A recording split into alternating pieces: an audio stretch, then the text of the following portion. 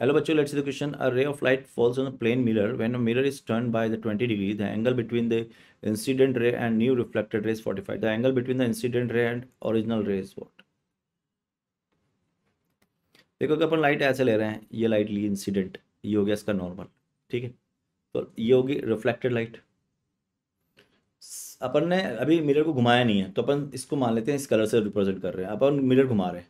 अब नया मिरर हो गया ब्लू कलर वाला. ये नया मिरर हो गया. आपने कितने एंगल से घुमा दिया मिरर को? ये M1 था और ये आपका M2 आ गया. कितने एंगल से घुमा दिया आपने? थीटा एंगल पर घुमा दिया. किस डायरेक्शन में? Anti clockwise, sorry clockwise. तो अब जो नई भाई आपकी इंसिडेंट तो फिक्स्ड है, ये तो आपकी इंसिडेंट है. अब नया नॉर्मल कुछ इस तरह से आ जाएगा थीटा एंगल पर, और नई रिफ्लेक्टेड आ जाएगी कुछ इस तरह से. और हमें पता है ये नई रिफ्लेक्टेड जो है वो 2 थीटा एंगल से घूम जाएगी. ठीक है, तो पुरानी वाली जो थी वो कितने पे थी? आई. मान लो ये एंगल आई है, तो ये एंगल भी कितना होगा? आई. तो ये एंगल कितना हो गया? पूरा आई plus 2 theta.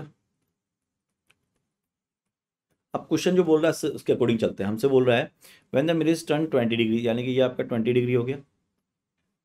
The angle between the incident ray and new reflected, तो ये incident and to new reflected, ये हमें दिया हुआ 2i plus 2 theta, and that is given as a what? 45 degree.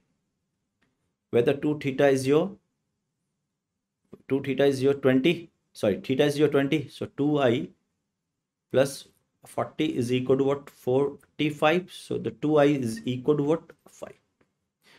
पूछा the angle between incident ray and original reflected, तो क्या वो 2i है, तो दैट इज योर 5.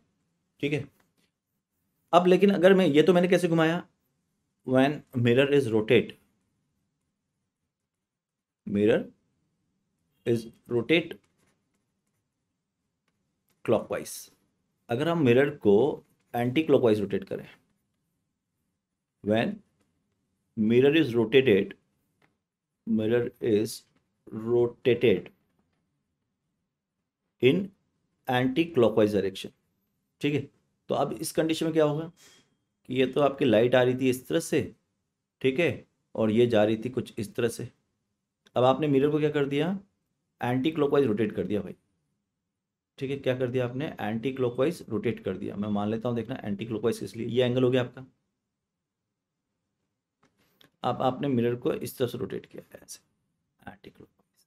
ठीक है, ये ऐसे रोटेट किया anti clockwise with angle of theta. तो क्या रिफ्लेक्टेड जो है वो अब 2 थीटा एंगल से घूम जाएगी.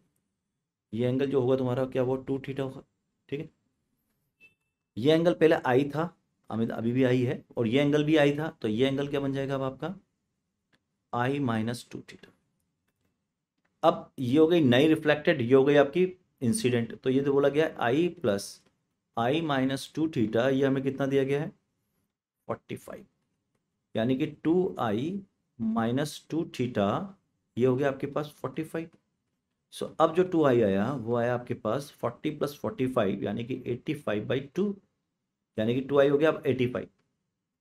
तो हमारा या तो वो होना चाहिए था 5 और 85, तो आंसर जाता 5 for the clockwise rotation and 85 for the anti clockwise rotation. But option ऐसा कुछ ही नहीं है, इसलिए राइट आंसर हम इसका डी देंगे. All the best.